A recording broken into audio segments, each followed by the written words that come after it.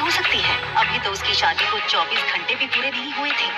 Mister Gautam Guleria, मैं समझ सकती हूँ कि आप दोनों इस वक्त परेशान होंगे, मगर आप लोग कोई भी फैसला लें उससे पहले मैं एक बात बता दूं, प्रेगनेंसी 4 महीने पार हो चुकी है, so abortion is out of question.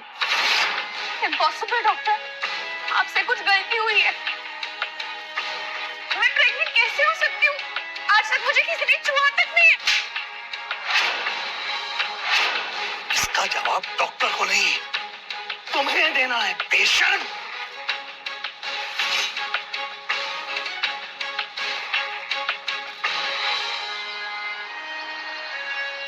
अक्सर कार की बैक सीट पर बैठने वाले गौतम आज अनिका को पीछे बैठाकर खुद ड्राइवर के साथ वाली सीट पर बैठ गए थे, मानो ऐसा करके वो अनिका को अपनी नाराजगी जता रहे हों। अनिका जानती थी कि एक बेटी होने के नाते आज उसने अपने पिता को दुनिया का सबसे बड़ा दुख दिया था, एक बिन ब्याही मां बनकर। इतना दुख उन्हें अनिका की मां के गुजरने पर भी नहीं हुआ होगा। अनिका को ऐसा लग रहा था मानो आज मनाली का हर इंसान उसे सवालिया नजरों से बस एक ही सवाल पूछ रहा हो कि कौन है इस बच्चे का बाप। लेकिन इसका जवाब तो अनिका के पास भी नहीं था। गुलेरिया हाउस ब्रिटिश के जमाने का मकान था। कहा जाता था यहाँ इंग्लैंड के अधिकारी वेकेशन मनाने आते थे, लेकिन अच्छे से मेंटेन न करने की वजह से पिछले कुछ सालों से थोड़ा बज्जर सा लगने लगा था।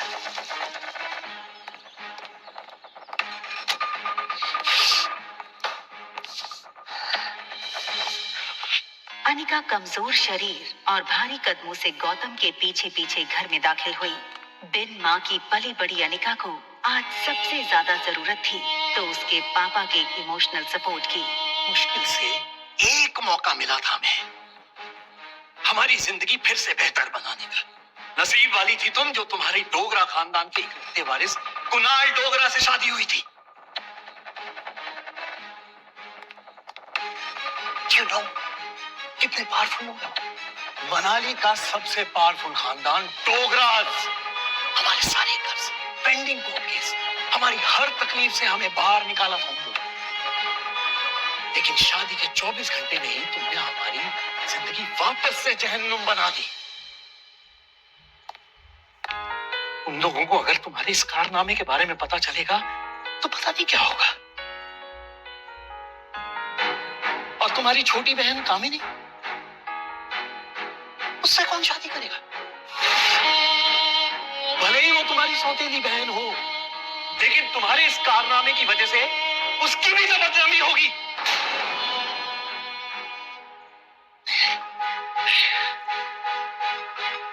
तब तक ये मामला खत्म नहीं हो जाता मैं कामिनी को और तुम्हारी मां मनीषा उसके भाई के घर भेज दूंगा। लेकिन आज नहीं तो कल सबको पता चल ही जाएगा। आज तुम भी अपनी मां के साथ ही। अनिका वो सुन चुकी थी जो गौतम कहते कहते रुक गया था। अगले दिन सुबह गौतम ने घर में लगे सारे सीसीटीवी के पिछले 5 महीने की फुटेज को खंगाला और बारीकी से देखने के बाद वो हैरान रह गया था कि पिछले 5 महीनों से छोटी मोटी बीमारी के चलते अनिका घर के बाहर कहीं गई ही नहीं थी। ये देखकर गौतम का गुस्सा अब आश्चर्य में बदल गया। उसे इतना तो समझ आ गया था कि कहीं कुछ तो गड़बड़ थी। जल्द ही अनिका की देखभाल के लिए एक नर्स रखी गई। लगातार देखभाल और दवाइयों से अनिका की सेहत में काफी सुधार आया। 4 महीने बीत चुके थे, लेकिन साथ ही साथ उसे ये बात रोमांचक कर रही थी कि उसके अंदर एक नन्ही सी जान पल रही है जो सिर्फ और सिर्फ उसका होगा। अनिका अपनी छोटी सी दुनिया में लगभग सब कुछ भूल चुकी थी। न वो किसी से मिलती, न कोई उससे मिलता।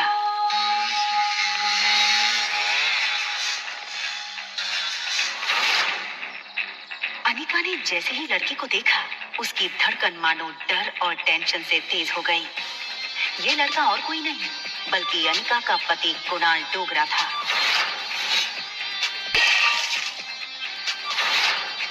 कुणाल की शादी अनिका से भले ही उसकी मर्जी के खिलाफ करवाई गई थी, लेकिन अपनी बीवी की कोख में किसी और का बच्चा देखना कोई भी मर्द बर्दाश्त नहीं कर पाए। कुणाल शादी के मंडप से सीधे दिल्ली अपने कॉलेज की पढ़ाई करने चला गया था और वहीं पहुंचकर शादी के दूसरे दिन उसे अनिका की प्रेगनेंसी की खबर मिली थी। अरे कुणाल बेटा, आज अचानक से तुमने फोन किया कि तुम आ रहे हो। कॉलेज की तुम्हारी छुट्टियां शुरू हो गई क्या? कमाल है, 4 महीने के बाद मैं घर आना, अपने दामाद को इस तरीके से वेलकम करेंगे। और वैसे भी बहुत कुछ बदल गया है अब यहाँ पे।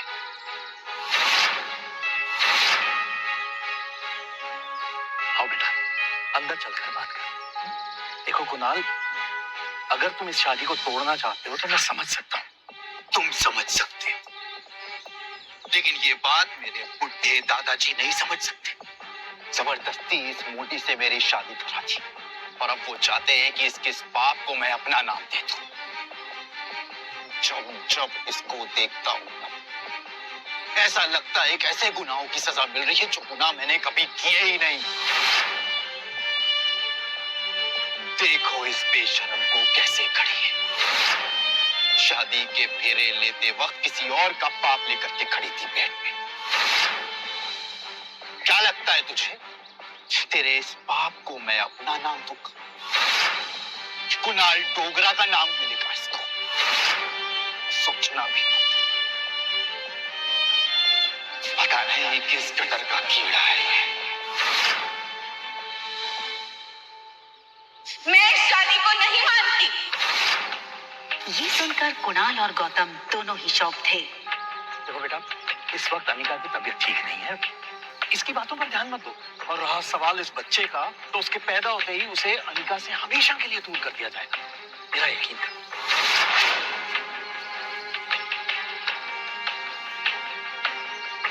ठीक उसी पर अचानक से अनिका के पेट में जोरों से दर्द शुरू हो गया। दर्द के मारे एक झटके में अपनी पीठ के बल गिरी। अनिका, मम्मा मम्मा मम्मा, प्लेन लैंड होने वाला है। देखते ही देखते आज 6 साल बीत चुके थे और सामने थी उसकी 6 साल की बेटी रिया। रिया का मासूम चेहरा और उसकी खूबसूरत कत्थई आंखें देखकर अनिका की जान में जान आई। मम्मा, क्या हम पापा को ढूंढने जा रहे हैं मनाली? मैंने कितनी बार कहा तुमसे, तुम्हारे पापा नहीं है। कम ऑन मम्मा, हमारे तो टीचर सिखाते हैं कि सब बच्चों के मॉम एंड डैड होते हैं। तो क्या मैं गेमिंग वर्ल्ड से आई हूँ या फिर मैं किसी जादू करके हेड से बाहर निकली हूँ? आबरा का डाबरा, रिया बाहर आ जा। तो मनाली में मेरा भाई मिलेगा क्या? रिया का ये सवाल सुनकर अनिका गहरी सोच में डूब गई थी। उसे याद आ गया कि कैसे 6 साल पहले उसने मनाली के हॉस्पिटल में जुड़वा बच्चों को जन्म दिया था। अनिका के पापा गौतम की कद काठी के एक आदमी ने उससे उसके दोनों बच्चों को छीनने की कोशिश की थी। कमजोर अनिका ने बड़ी हिम्मत से उस आदमी को रोकने की कोशिश की और उसका सामना कर रिया को तो बचा लिया, मगर अफसोस कि वो अपने बेटे को नहीं बचा पाई और वो आदमी अंधेरे में उसके बेटे को लेकर भाग गया था। और इसी वजह से अनिका की मौसी उसे बचाकर बेंगलुरु ले आई थी, जहां अनिका का इलाज भी हुआ था।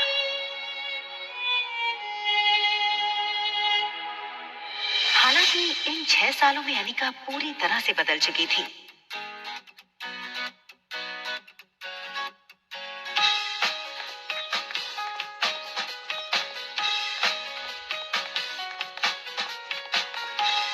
हार्मोनल इम्बैलेंस की वजह से फूला हुआ उसका शरीर अब एकदम ही से नॉर्मल हो चुका था।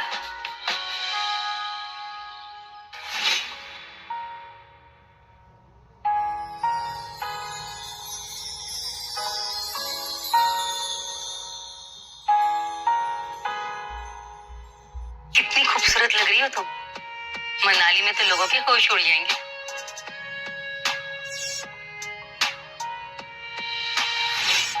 फ्लाइट अटेंडेंट हो या फ्लाइट के अन्य यात्री, सब लोग आते जाते अनिका पे एक नजर जरूर डालते, और डालते भी क्यों नहीं। शिफॉन की साड़ी में अनिका किसी भी फिल्मी एक्ट्रेस से कम नहीं लग रही थी। Excuse me, ma'am. Is there anything I can bring for you?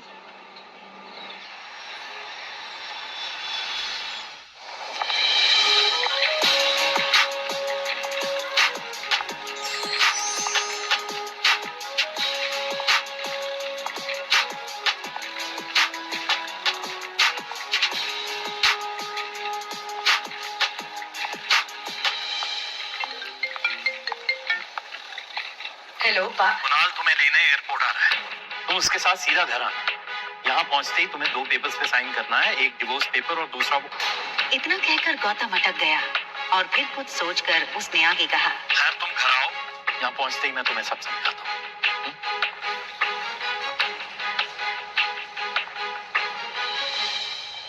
इन 6 सालों में कुणाल भी काफी बदल चुका था।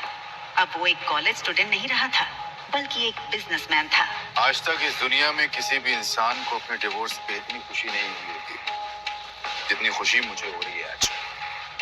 कैसे भी करके आज इस मोटी से ना अपने डिवोर्स पेपर्स पे साइन करवा लूं। आप फिक्र मत कीजिए सर। आज मैं सुबह सुबह माता के दर्शन करके निकला हूँ और मैंने भगवान से प्रार्थना की है कि आज आपकी हर मनोकामना पूरी हो। आप चिंता मत कीजिए, आज आपके पेपर साइन हो ही जाएंगे। अच्छा सुन, जब जब मैं उस मोटी को देखता हूँ ना, मेरा मूड ऑफ हो जाता है। आज मेरा मूड अच्छा है और दिन भी, तो अपना मूड ऑफ नहीं करना चाहता हूँ मैं। एक काम कर, घूम के खड़ा हो जाता हूँ। भले उसने तुझे नहीं देखा है, तेरे हाथ में जब ये बोर्ड देखेगी तो तेरे पास खुद ब खुद चली आएगी। सीधा कर ले बोर्ड को।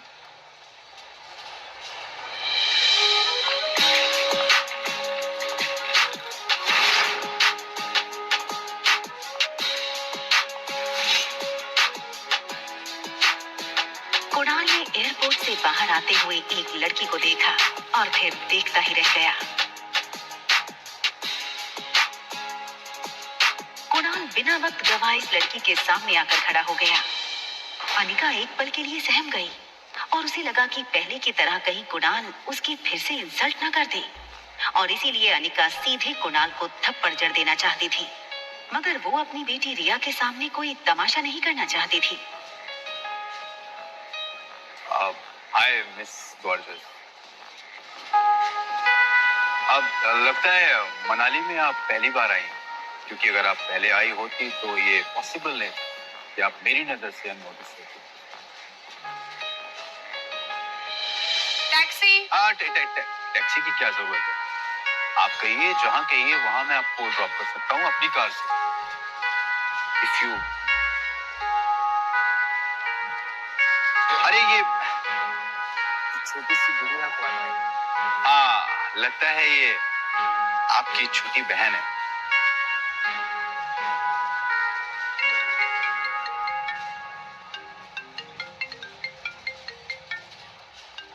हाँ, क्या तुम्हें अनिका दिखी बेटा? ना दिखने के लिए आपकी बेटी कोई सुई तो है नहीं जो वो दिखेगी नहीं। जब आएगी तो फिर वही तो दिखेगी। या ये कहूँ कि जब वो आएगी तो उसके पीछे के लोग भी नहीं दिखेंगे। तो दिखेगी तो बता दूंगा। रखिए। टैक्सी।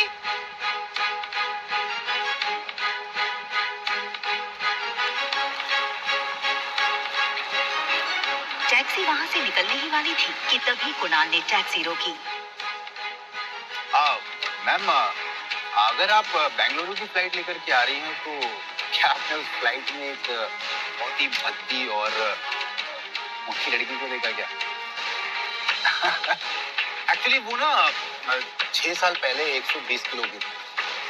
तो पक्की बात, डबल सेंचुरी मार चुकी होगी। आपने नहीं देखा? आप अपना नाम तो बता दीजिए। ये सुनकर अनिका ने बिना किसी भी हाव भाव से धीरे से कहा, अनिका गुलेरिया।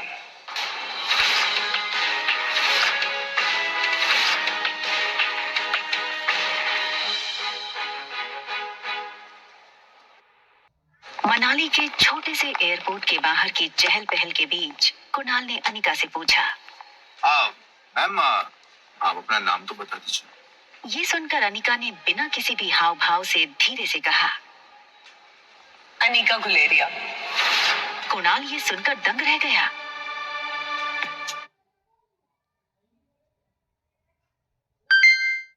रोज कितनी सारी पेमेंट्स करती हूँ, बिल्कुल सेफली, तो फ्रॉड मेरे साथ नहीं होगा, ऐसा मैं सोचती थी। फिर एक दिन एक गलती की और पूरा बैंक अकाउंट खाली।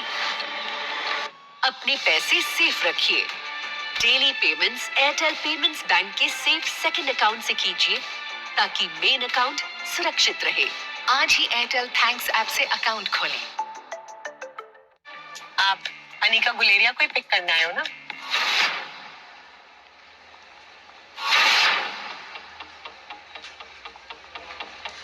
अरे वो उस मोटी को तो मैं टैक्सी में भेज दूंगा।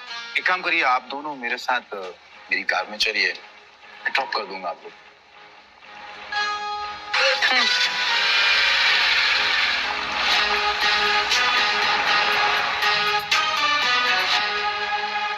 फटाफट इस टैक्सी के पीछे जाकर मैडम का पीछा कर, जाकर के देख मैडम किस होटल में रुकी। ध्यान रहे, हाँ? कोई भी तुझ पे शक ना करे। चल भाग, फटाफट भाग।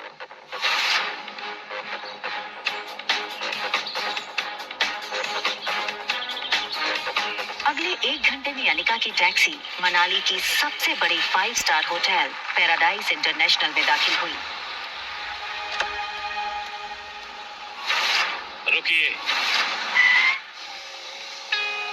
लेकिन उसका पीछा कर रहे राजू को होटल के मेन गेट पर ही रोक दिया। होटल का प्रीमियम इंटीरियर्स और फर्नीचर्स, आकर्षित एम्बियंस और वेलकमिंग स्टाफ को देखकर समझ आ रहा था कि क्यों देश विदेश से आए टूरिस्ट्स मनाली के इस शानदार होटल में रहना पसंद करते थे।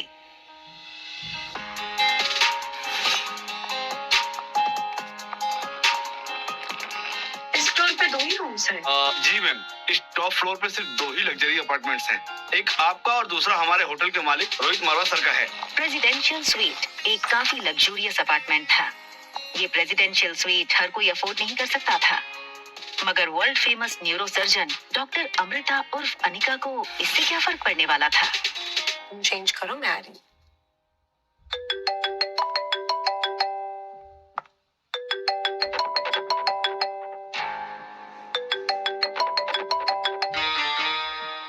Hello Anika, what kind of behaviour is this?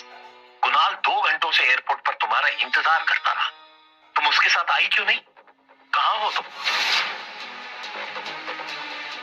आ रही हूँ मैं। अनिका और उसके पिता गौतम के रिश्तों में दरार की वजह गौतम खुद था। 6 साल पहले गौतम ने अनिका से मुंह फेर लिया था और उसकी बेटी रिया को अपनाने से मना कर दिया था। इन 6 सालों में गौतम ने कभी भी अनिका को याद नहीं किया और आज उससे डिवोर्स पेपर साइन करने के लिए बार-बार कॉल किए जा रहे हैं। लेकिन डिवोर्स पेपर के साथ साथ गौतम अनिका से कुछ और भी चाहता था। लेकिन क्या? तभी अनिका के फोन पर उसकी असिस्टेंट राजलक्ष्मी का फोन आया।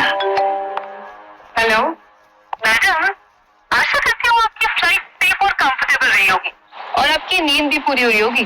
अब ये बताओ, एक्टिंग करने के लिए फोन किया है या कोई नई बात बताने के लिए? अरे फिर से वो बिजनेस टाइकून रोहित मारवा का मेल आया था। वो अपनी दादी माँ का इलाज देश की सबसे बड़े न्यूरो सर्जन डॉक्टर अमृता यानी आपसे करवाना चाहता है। इस वक्त तो मनाली में ही है, आप भी मनाली में हैं, तो मैंने सोचा क्या मैं अपॉइंटमेंट फिक्स कर दूं? नहीं नहीं, बिल्कुल नहीं। ये बड़े लोग अपने बड़े बुजुर्गों की चिंता का सिर्फ ढोंग करते हैं। इनका असली मकसद ना कुछ और ही होता है। बड़े बुजुर्गों की प्रॉपर्टी, उनका बिजनेस और पता नहीं क्या क्या। हमें इनसे दूरी रहना चाहिए। Okay, as you wish. वैसे एक बात बता दूं, मैंने सुना है कि रोहित मारवा की पर्सनालिटी काफी डैशिंग है। टॉल, डार्क, हैंडसम और इतनी कम उम्र में इतना बड़ा बिजनेस टाइकून। और अगर लाइफ में थोड़ा रोमांस आ ही जाता है तो इसमें क्या नुकसान है? रोहित का फोटो भेजो। अगर ऐसा ही है तो एक काम करो, तुम ही उसे डॉक्टर अमृता बनकर मिल लो। डॉक्टर अमृता के चेहरे को यहाँ कोई नहीं जानता। यहाँ मैं सिर्फ अनिका गुलेरिया हूँ। ठीक है, रोहित की फोटो भेजूंगी, एक बार देख लेना। अनिका हंसते हुए फोन काट देती है, लेकिन इसके पहले कि अनिका लिफ्ट के अंदर जा पाती, तभी अनिका को लगा जैसे मानो उसके पीछे कोई खड़ा हो। अनिका ने जैसे ही पीछे मुड़कर देखा तो वो हैरान हो गई। पीछे रिया खड़ी थी। उसका चेहरा कुछ उखड़ा हुआ था और वो बस अनिका को एकटक देखे जा रही थी। अनिका को लगा कि रिया नींद से अचानक उठकर उसने अनिका को पास नहीं देखा होगा, इसलिए ऐसे खड़ी हो गई होगी। मम्मा जल्दी वापस आ जाएगी और आते हुए ना आपकी फेवरेट चॉकलेट आइसक्रीम ले आएगी, ठीक है? आप जाओ कमरे में और आराम करो या अपनी फेवरेट वीडियो गेम खेल लो, ठीक है?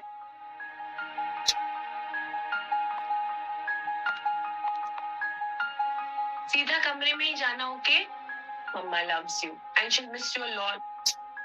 बाहर जाने की जल्दी में अनिका एक बात भूल रही थी कि उसने अपने कमरे का दरवाजा बाहर से बंद किया था। फिर भी रिया रूम से बाहर कैसे आ गई थी? तभी एक टॉल और हैंडसम आदमी होटल के टॉप फ्लोर के कॉरिडोर में तेजी से चलता हुआ आता है। ये आदमी था मारवा इंडस्ट्रीज का सीईओ रोहित मारवा।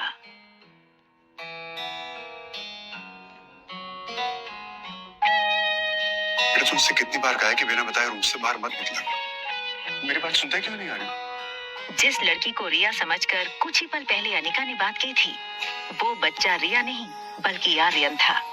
रोहित मारवा का इकलौता बेटा आर्यन, मारवा इंडस्ट्रीज का इकलौता वारिस। और इन सब में सबसे मजेदार बात ये थी कि रोहित का बेटा आर्यन और अनिका की बेटी रिया दोनों की शक्लें एक दूसरे से हूबहू मिलती जुलती थीं। और रिया अभी भी अनिका के कमरे में सो रही थी। तुम्हारा ध्यान कहाँ है आर्यन? मैं तुमसे बात कर रहा हूँ, चलो अंदर। मुझे चॉकलेट आइसक्रीम चाहिए।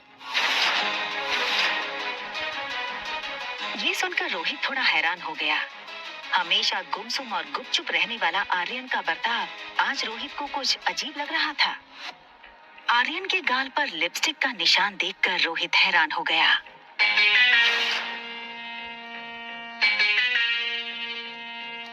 रोहित ने तुरंत सिक्योरिटी चीफ को फोन करके उसके रूम के बाहर का सीसीटीवी फुटेज तुरंत मंगवाया।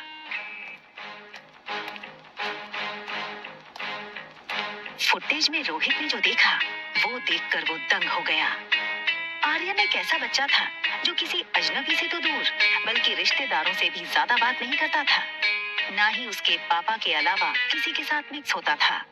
लेकिन सीसीटीवी में आर्यन ने एक बिल्कुल अजनबी औरत को अपने पास आने दिया, यहाँ तक कि उसे किस भी करने दिया। ये बात रोहित को बड़ी अजीब लगी। दूसरी तरफ अनिका गुलेरिया हाउस पहुंच गई थी। गुलेरिया हाउस उसका अपना घर।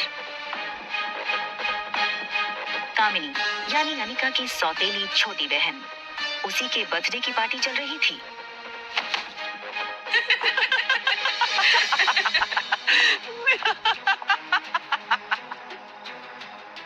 जैसे ही उस लड़की को अनिका ने देखा, उसे याद आया कि वो लड़की उसकी बुआ की बेटी प्रीति है। अगले साल मिस हिमाचल बनोगी और उसके बाद मिस इंडिया। क्या तुम अभी भी कहोगे कि तुम्हारी अनिका दीदी मुझसे ज्यादा खूबसूरत है? हाँ, अनिका दी सबसे ज्यादा सुंदर है। अच्छा, तो एक काम करते हैं, वोटिंग करते हैं। तो आप लोग वोट करोगे इस मोटी और मुझ में ज्यादा खूबसूरत कौन है, ठीक है? ये बात कहकर कामिनी ने अपने एक दोस्त से सिगरेट जलाने का लाइटर लिया और उससे अनिका की फोटो जला दी।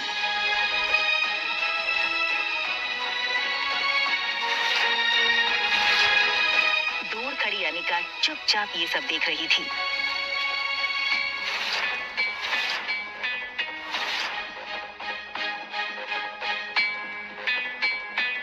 सो गाइस, आप वोटिंग के साथ तैयार हैं?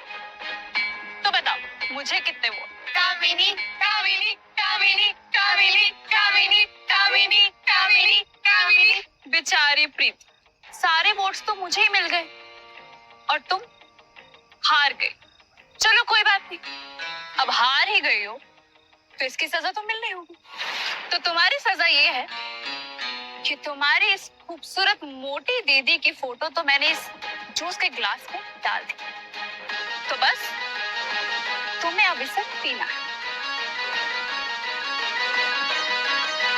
चलो। क्योंकि अनिका को बचपन में छोटी बुआ से ही माँ का प्यार मिला था और प्रीति मानो अनिका की कजन नहीं बल्कि सगी छोटी बहन हो। अनिका दी आप?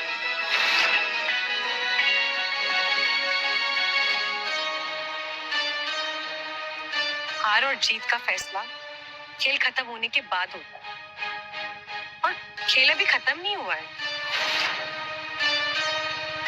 अरे यार, ये अनिका इतनी खूबसूरत कैसे लग रही है? हाँ यार, किसी फिल्म की हीरोइन जैसे लगने लगी है। Oh my God, she looks so sexy. जीत किसकी हुई है ये तो पक्का हो गया है। तो अब जो सजा तय करी थी वो पूरी कर ली जाए। चलो पी लो। और तभी ग्लास टूटने की आवाज सुनकर गौतम और अनिका की सौतेली माँ मनीषा वहां आ गए। पापा, मम्मा देखो ना, ये अनिका मेरी बर्थडे पार्टी में आकर मेरी पार्टी खराब करना चाहती। मैंने तो बस इसे इतना कहा कि तुमने अपना वजन कैसे घटाया, और ये कहने लगी कि मैं तुमसे काफी खूबसूरत हूँ और तो तुम्हारी औकात ही क्या है मेरे साथ। सबके सामने मेरी इज्जत थी पापा। बस करो अनिका, बहुत तमाशा हो गया। एक डिवोर्स पेपर पे साइन करने के लिए और कितना नाटक करोगी तुम? हमारे साथ अंदर आओ, तुमसे कुछ जरूरी बात करनी है।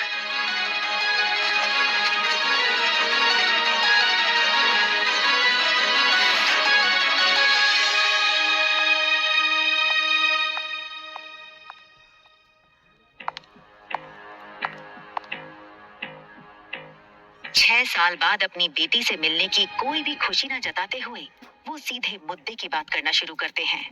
देखो अनिका, जो हो गया सो हो गया। हमें और परेशान करके तुम्हें क्या मिलेगा? तुम मेहरबानी करके इन 2 कागजात पर साइन कर दो। मैं तो सिर्फ डिवोर्स पेपर साइन करने आई थी, ये दूसरे पेपर्स? दरअसल तुमसे डिवोर्स लेने के बाद हम, यानी कि मैं और तुम्हारी नई माँ, ये चाहते हैं कि कुणाल और कामिनी की शादी हो जाए। कुणाल को भी इस शादी से कोई एतराज नहीं है और कामिनी तो पहले से ही कुणाल को चाहती थी। बस कुणाल के दादाजी की एक ही इच्छा है। दरअसल तुम्हारी माँ के गुजरने के बाद उसकी जो फार्मा कंपनी तुम्हारे नाम हो गई थी, वो कंपनी तुम अपनी छोटी बहन कामिनी को शादी में तोहफे में दे दो। मैंने सारे कागजात तैयार करवा लिए हैं, बस तुम इन पे सिग्नेचर कर दो।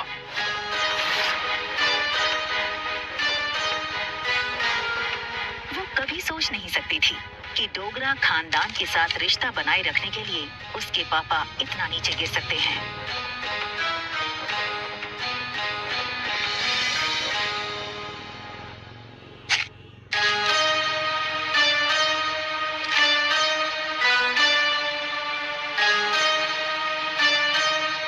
अपना खिलाने को इस दुनिया में इस कंपनी के अलावा मेरे पास कुछ नहीं है। माफ कर दीजिएगा, लेकिन ये कंपनी मैं आपको नहीं दे सकती। क्यों हमें बर्बाद करने पर तुली अनिका? वैसे भी बिन रिहाई माँ बनकर जो समाज में तुमने हमारी इज्जत उछाली है, वो कुछ कम है क्या? जो अब अपनी बहन की जिंदगी बर्बाद करना चाहती हो तुम?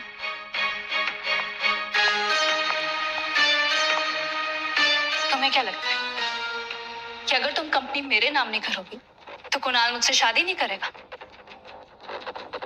वहम है तुम्हारा। कुणाल मुझसे शादी इसलिए करना चाहता है क्योंकि वो मुझे पसंद करता है, ना कि तुम्हारी उस फैक्ट्री के लिए, जैसे उसे तुम्हारे साथ करनी पड़ी। लेकिन तुम ये सब नहीं देख सकती हो क्योंकि तुम मुझसे बचपन से ही जलती हो। कौन किससे जलता है ना, इसका नमूना तुम बाहर देख चुकी हो। बचपन में अनिका का फायदा हर कोई उठा ले जाता था। आज अनिका को इस तरह सबके अरमानों पर पानी फेरता हुआ देख सब लोग गहरे शौक में थे। समझती क्या हो अपने आप को?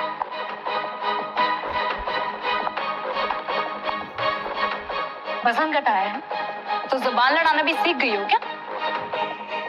चाहे कुछ भी कह लो, मैं कल भी तुमसे ज्यादा खूबसूरत थी और हमेशा तुमसे ज्यादा खूबसूरत रहूंगी, दिखने में भी आगे और पढ़ने में भी आगे।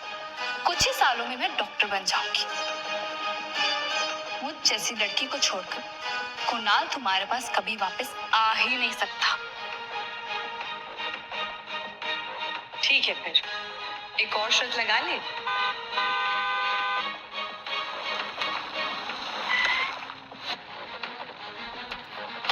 कहाँ गई ये मोटी? 2 घंटा इसने मुझे एयरपोर्ट पे वेट कराया। अनिका, कहाँ हो तुम? क्या कुणाल अनिका को देख लेगा?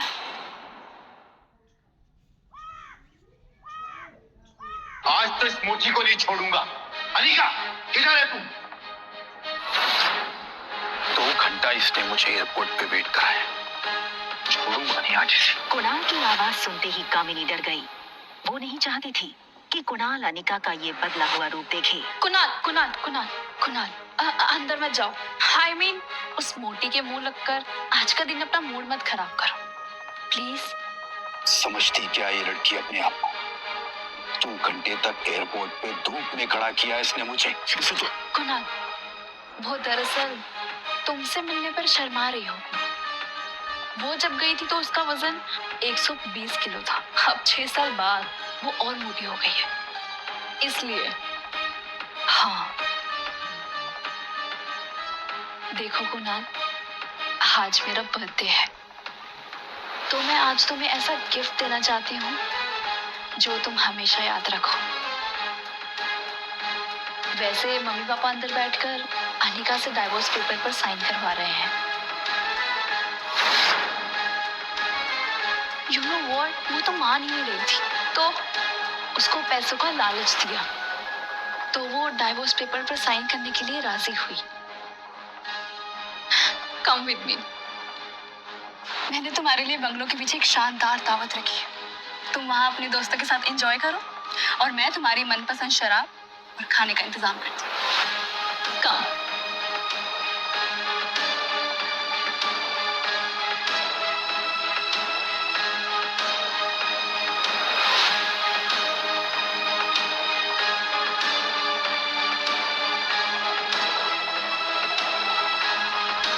उसी वक्त कुणाल के फोन पर उसके ड्राइवर राजू का मैसेज आया, जिसमें लिखा था होटल पैराडाइज इंटरनेशनल। मैसेज पढ़कर कुणाल के चेहरे पर तुरंत ही एक स्माइल आ गई।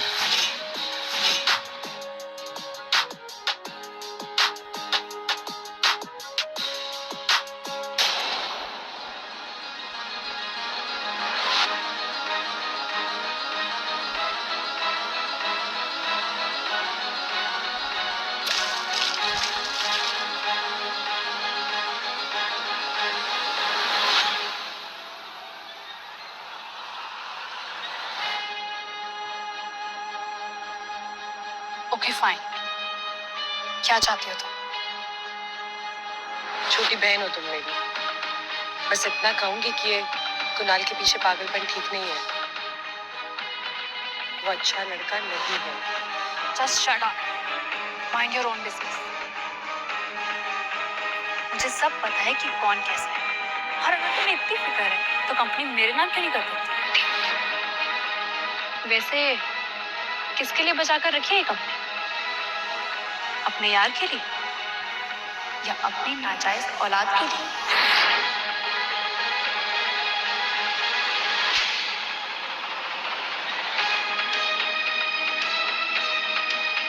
खबरदार, अगर मेरी बच्ची को नाजायज कहा तो। अनिका गुस्से में निकल गई। तभी वहां भागते हुए प्रीति आई।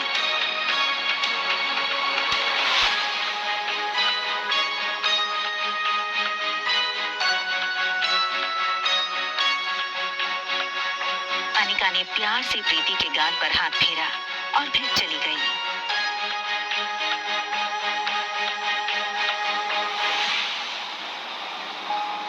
अनिका दुनिया में हर चीज से लड़ सकती थी, मगर कोई उसकी बेटी को नाजायज कहे, ये उसे बर्दाश्त नहीं था। किसके लिए बचा कर रखी है कंपनी? अपनी नाजायज औलाद के लिए। लेकिन इसके साथ ही उसके पास इस बात का भी कोई जवाब नहीं था कि रिया का बाप था कौन। अनिका आज तक उसकी जिंदगी की इस सबसे बड़ी पहेली को सुलझा नहीं पाई थी। वो ये सब सोच ही रही थी कि तभी अचानक उसे कुछ याद आया। अनिका ने अपनी फार्मा कंपनी के पुराने वफादार मैनेजर मनोज को फोन लगाया। हेलो अंकल, आज इतने सालों बाद कंपनी की मालकिन ने इस मुलाजिम को याद किया। एक्चुअली बस ये पूछना था कि कंपनी ठीक तो चल रही है ना? बेटा बस यूं समझ लो, डूबती नाव में बस छेद पकड़ के बैठा हूँ। फिर भी सालाना 4-5 लाख का प्रॉफिट हो जाता है, जो मैं गौतम जी को भिजवा देता हूँ। अगर तुम चाहो तो अगली बार से तुम्हें भेज दूँ। नहीं नहीं अंकल, उसकी कोई जरूरत नहीं है। आप अपना ख्याल रखिएगा। आखिर क्या है इस छोटी कंपनी में जो डोगरास हाथ धोकर इसके पीछे पड़ गए। पहले मेरे जरिए ये कंपनी हड़पने की कोशिश की और उसी के चलते कुनाल से मेरी शादी करवाई, और अब कामिनी के जरिए ये कंपनी पाना चाहते हैं। लेकिन क्यों? तो कंपनी मेरे नाम क्यों नहीं करती? होटल की तरफ टैक्सी बढ़ी रही थी कि तभी अनिका को याद आया कि उसने अपनी बेटी को एक प्रॉमिस किया था। मम्मा जल्दी वापस आ जाएगी और आते हुए ना आपकी फेवरेट चॉकलेट आइसक्रीम ले आएगी, ठीक है? Mamma loves you and she miss you a lot. लेकिन अनिका इस बात से अनजान थी कि उसने प्रॉमिस रिया को नहीं बल्कि रोहित मारवा के बेटे आर्यन को किया था। होटल पहुंचते ही अनिका की कार को सिक्योरिटी गार्ड्स ने घेर लिया और वो अनिका का रास्ता रोक के खड़े हो गए। ये क्या बदतमीजी है? इस तरह से मेरा रास्ता रोकने का क्या मतलब है? सॉरी मैडम, हमें आपका सामान चेक करना होगा। बैग चेक करो। अनिका को कुछ समझ नहीं आया। उसके पास सिर्फ एक पर्स और चॉकलेट आइसक्रीम थी। Yes sir, it is chocolate ice cream. Anika ने रोहित की फोटो देखी थी, वो उसे तुरंत पहचान गई। What nonsense is this? You can't do this with me. I will call the police right away. Anika की गहरी काली आंखों को देखकर रोहित एक सेकंड भूल गया कि वो क्या कहने आया था। तभी दूसरे पल को वो अपनी सेंसेस में आया और चेहरे पर बिना किसी भाव के उसने कहा, परफेक्ट। पहले खुद चोरी करो फिर खुद ही पुलिस को बुलाओ। Just perfect. What? मुझसे और मेरे बेटे से दूर रहना। Excuse me? मैं कब तुम्हारे पास आई? And listen, इस आलीशान होटल के मालिक हो, इसका मतलब ये नहीं है कि अपने गेस्ट के साथ इस तरह बदतमीजी करो। I can sue you in the court, Mr. Rohit Marwa. You know, I knew it. तो तुम जानती हो कि मैं रोहित मारवा हूँ, ये होटल मेरा है। अब शुरू तुम ये भी जानती होगी कि मेरे परिवार वाले मेरी शादी करवाना चाहते हैं, लेकिन मुझे मेरे बेटे के लिए सौतेली माँ नहीं चाहिए। इसलिए तुमने शायद प्लान बनाया होगा कि पहले बेटे को फंसा लो, बाद खुद कंट्रोल में लो। क्यों?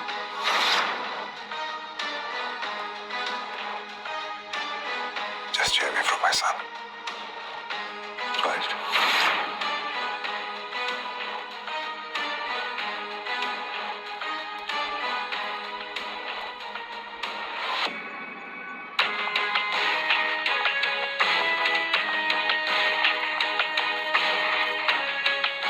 दरवाजा बंद होने ही वाला था कि तभी एक पाँव दरवाजे के बीच में आया।